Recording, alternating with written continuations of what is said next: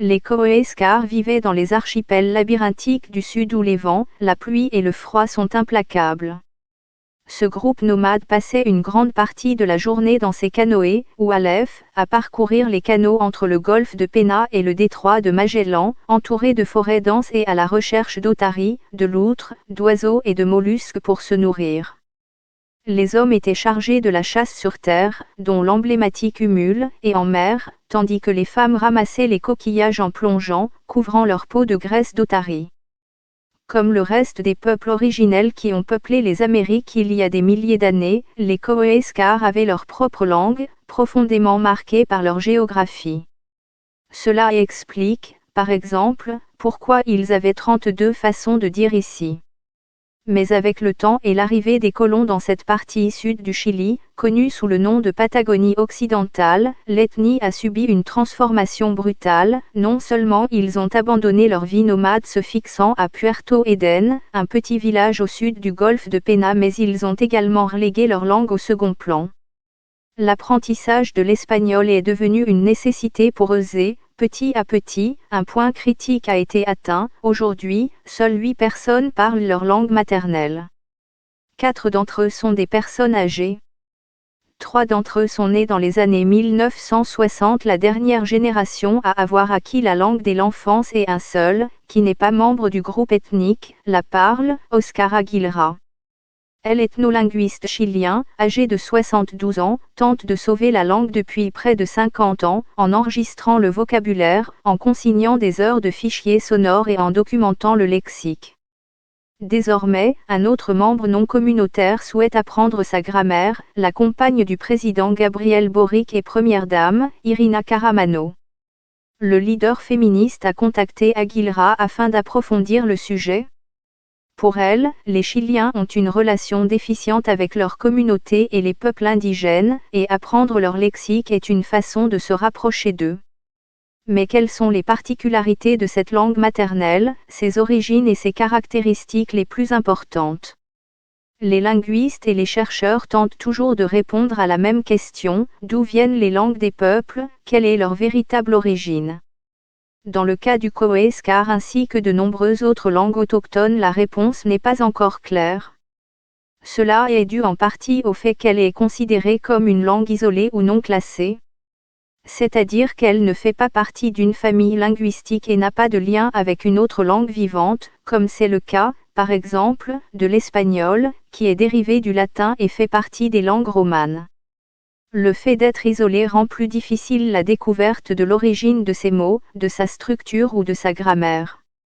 Bien que l'on pense que les Coeescar aient habité la Patagonie occidentale il y a environ 10 000 ans, la première trace connue de leur langue n'apparaît qu'entre 1688 et 1689, sous la plume de l'aventurier français Jean de la Guibaudière. Selon le musée chilien d'art précolombien, au XXe siècle, la population comptait environ 4000 personnes, dont la plupart parlaient la langue ancestrale. À la fin du XIXe siècle, cependant, la population a chuté brusquement à 500 habitants, puis à 150 dans les années 1920. Aujourd'hui, on compte environ 250 Coeescar dans la région de Magallanes, mais ils sont monolingues, ils ne parlent que l'espagnol et ne maîtrisent pas la langue de leurs ancêtres. En raison de ses caractéristiques morphologiques, le Coeescar est une langue agglutinante, comme le turc et d'autres, et polysynthétique, c'est-à-dire qu'elle possède des mots, des phrases ou des expressions qui ne peuvent être traduits par un seul mot en anglais. Malgré les nombreux contacts des Coeescar avec les colons, ils sont réticents à accepter les emprunts à l'espagnol. Ainsi, ils ont créé leurs propres mots pour désigner, par exemple, les appareils qu'ils ont acquis, comme la télévision ou le téléphone. Les quelques mots qui ont été adoptés de l'espagnol ont subi une nativisation, c'est-à-dire une transformation vers la phonétique Coeescar. C'est l'exemple de barco, qui se dit gemous mais aussi waro. Le B en espagnol est remplacé par W, car il n'y a pas de son B en Coeescar. En outre, il y a un côté culturel qui, selon Aguilera, diffère notamment de la façon dont nous nous exprimons. Si les Coeescar ne sont pas sûrs de ce qu'ils disent, ils ne le disent pas.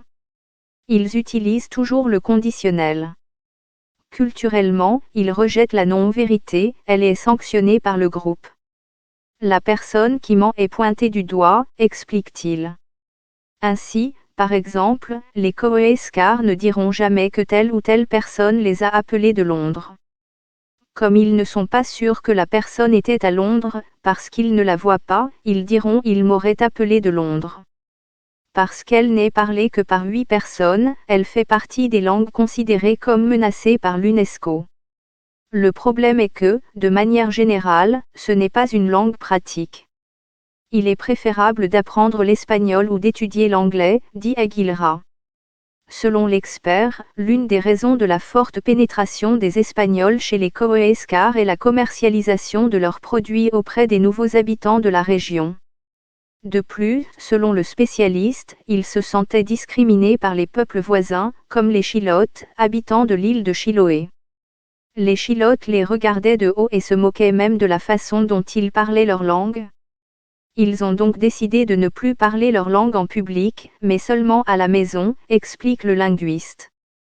L'État chilien n'a pas non plus fait de leur sauvetage ou de leur survie une priorité. Aujourd'hui encore, les incitations à la revitalisation de la langue sont insuffisantes. La seule école de Puerto Eden, par exemple, enseigne en espagnol.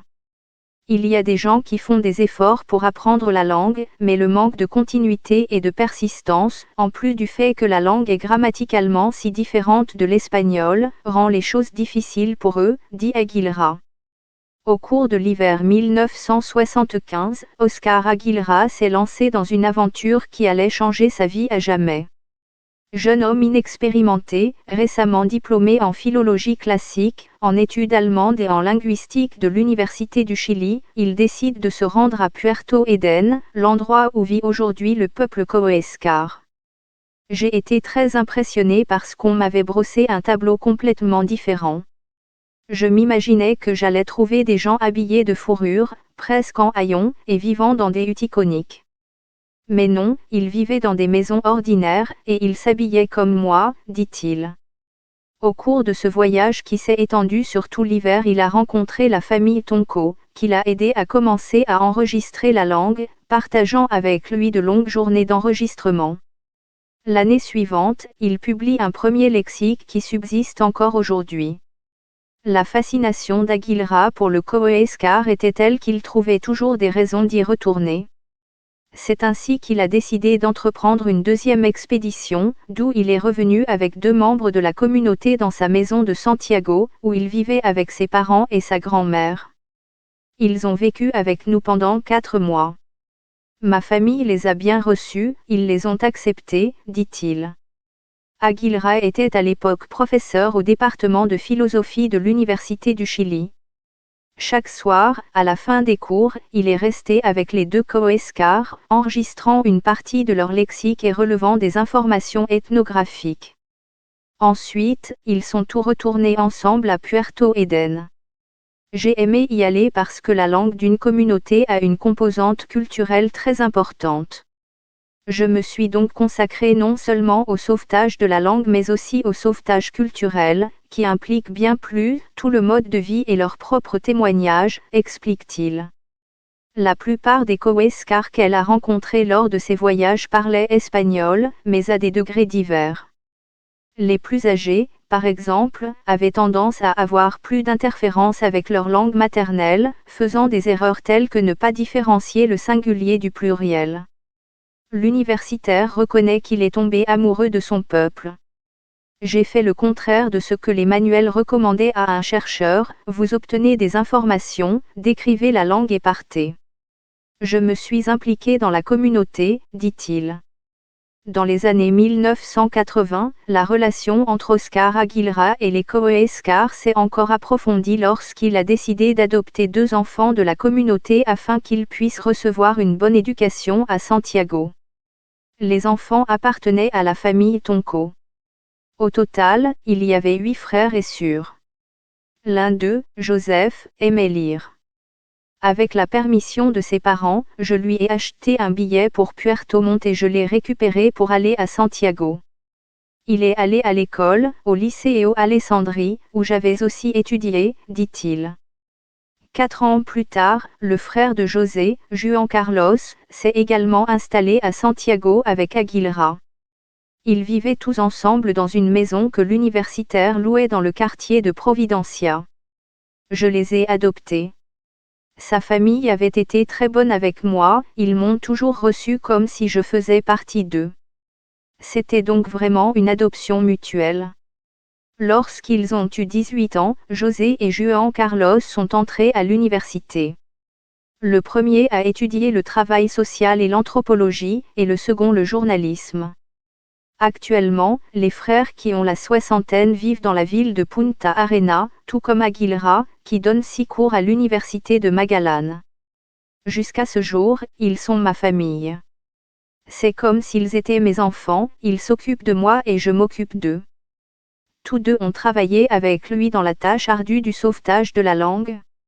José a coécrit plusieurs publications, comme Gente de los Canal, 2019, et a collaboré à la création d'un dictionnaire coescar espagnol, qu'ils n'ont pas encore terminé. En outre, entre 2007 et 2010, ils ont rédigé un texte et des archives sonores qui se trouvent actuellement à l'Université du Texas à Austin, aux États-Unis, et à l'Université James Cook, en Australie.